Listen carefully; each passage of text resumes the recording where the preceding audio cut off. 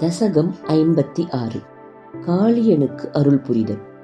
ஈசனே, தேவர்கள் ஆகாயத்தில் துந்துபி முதலிய வாத்தியங்களை முழக்க தேவலோக பெண்கள் இனிமையாக பாடினார்கள். அப்பொழுது காதுகளில் இருபுறமும் குண்டலங்கள் அசைந்தாட நீ பாம்பின் மீது நீண்ட நேரம் ஆடினாய்.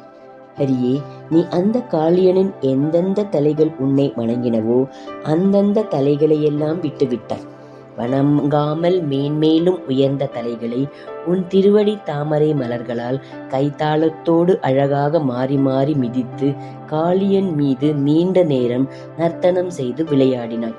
மாதவனே, உன் திருவடிகளால் மிதித்து நசிக்கப்பட்டதால் தொங்கிய படங்களுடனும் இரத்தப் பெருக்கினால் நதிநீரை சிவப்பாக்கியவனுமான அந்த பாம்பரசன் சோர்வடைந்த பொழுது அவனின் மனைவியர்கள் உன் திருவடிகளில் சரணடைந்தார்கள்.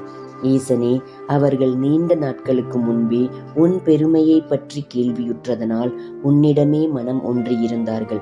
அதனால் முனிவர்களும் அடைய முடியாத வகையில் இயற்கையாகவே தடையேதுமின்றி உன்னை துதித்தார்கள். அச்சுதனே, நீ அந்த பாம்பரசனின் மனைவியர்களுடைய பக்தியை கண்டு கருணை பொங்கிய மனதோடு அந்த பாம்பரசனுக்கு உயிர் பிச்சை அளித்தாய். ஆகையால் அவன் தன் உடலை உன்னிடம் அர்ப்பணம் செய்து வணங்கினான். கடலின் நடுவில் உள்ள ரமணக தீவிற்குச் செல், கருடன் உன்னை பகைக்க மாட்டான் என்று பாம்பரசனிடம் நீ சொன்னாய். அவனும் உன் சொற்களை மதித்து மற்ற பாம்புகளோடு அத்தீவிற்கு சென்று விட்டான். காளியனின் மனைவியர் உனக்கு கொடுத்த நாகரத்தினங்களாலும் ஒளி வீசிய மாலைகளாலும் பட்டாடையாலும் உன்னை அணி செய்து கொண்டாய். பின் மாலை பொழுதில் யமுனை கரையில் ஆனந்த கண்ணீர் பெருக்கி நின்ற உறவினர்களோடு ஒன்று கூடினாய். அப்பொழுது இரவானதால் மக்கள் கோகுலத்திற்கு செல்ல இயலவில்லை. அதனால் அவர்கள் உன் திருவடிகளையே அடைக்கலமாக கொண்டு அவ்விடத்திலேயே உறங்கினார்கள். அப்பொழுது திடீரென்று காட்டுத்தீ 4 பக்கங்களிலும் சூழ்ந்து கொண்டது.